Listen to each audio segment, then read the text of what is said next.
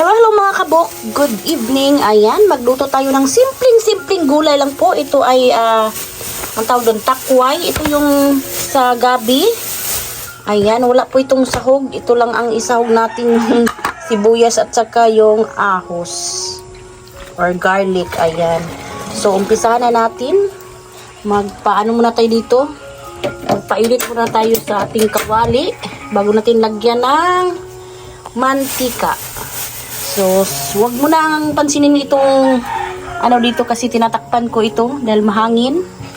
Nagluluto ako ng kanin. So, nandito kasi sa labas yung ano namin, kitchen kaya mahangin po.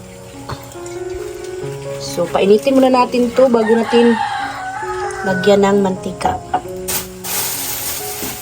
So, napakasimple lang po yung gawin nating lutuin itong ulam pala. So, ayan, mainit na yung kawali natin at atin ang lalagyan ng mantika. Kunti lang. Tapos, painitin muna natin yung mantika bago natin igisa yung ating panangkot na sibuyas at saka yung bawang. So, ayan, mainit na yung mantika natin. So, atin lang igisa yung bawang. Igisa natin yung bawang. Bago natin ilagay yung sibuyas, atin muna itong lutuin yung bawang. Yung lalabas na yung aroma niya. Yung amoy ba. Simple lang to. Lutuin, madali lang. Wala nang maraming mga sahog. Ito lang yung sibuyas at saka bawang. I-golden brown natin to para lalabas yung aroma niya.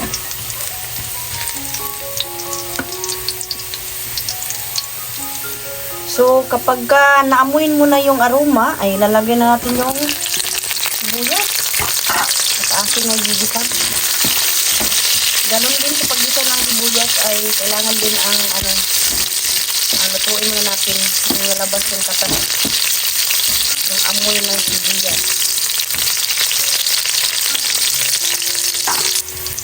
Kapag kaluto na yung panangkot natin ay atin ilalagay itong takway ng gabi. Hindi ko alam kung anong Tagalog nito.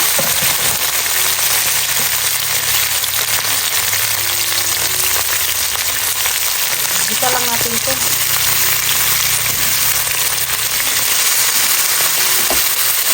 Ngayon natin maigli para didikit yung amoy ng ating bawang at saka sibuyas.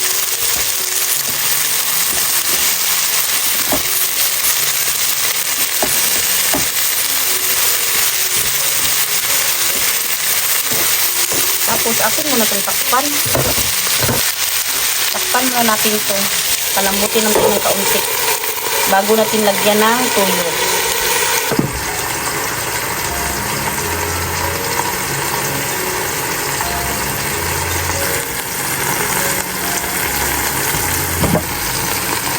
So, atin haluin.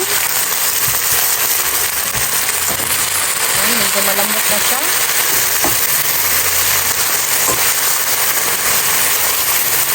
Lalagyan natin ng kaunting tuyo lang para hindi siya aanat.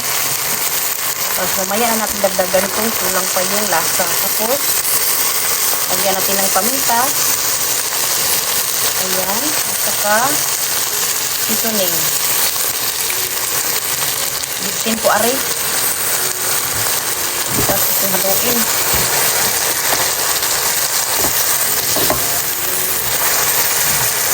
Sobrang bango na niya.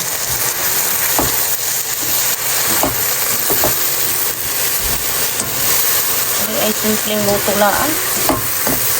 Wala nang marami pang sahog. Nasa inyo din naman kung lagyan nyo ng karne, isda.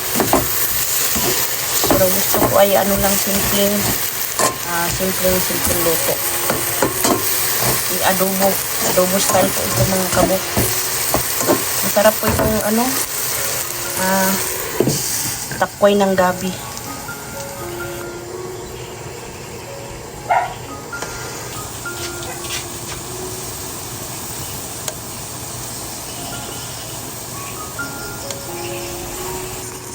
So, ayan, atihang haluin. Lapit na siyang maluto, mga kabok. Tapos, lagyan natin ng kaunting oyster sauce. Ayan. Oyster sauce lang ilalagay natin. Kaunti lang ilalagay natin para hindi siya maalat. Kasi medyo maalat at matamis-tamis yung oyster sauce. So, ito lang yung nagbibigay panglasa ng aking adobong takway na gabi. Tingnan niyo po. Ganda lang niya. Simple lang talaga. Pero masarap.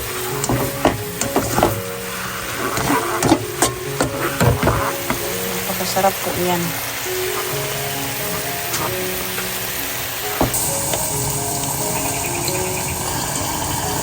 So, ayan. Mga kabok, luto na yung ating adobong. Ayan, sobrang sarap. Adobong takway.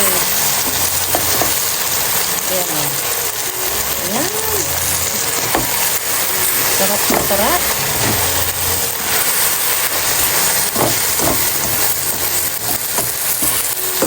Ayan, luto na po ito mga kabok. Atin lang hanguin para ready to serve na siya. So, atin lang hanguin. Ayan, ang sarap-sarap.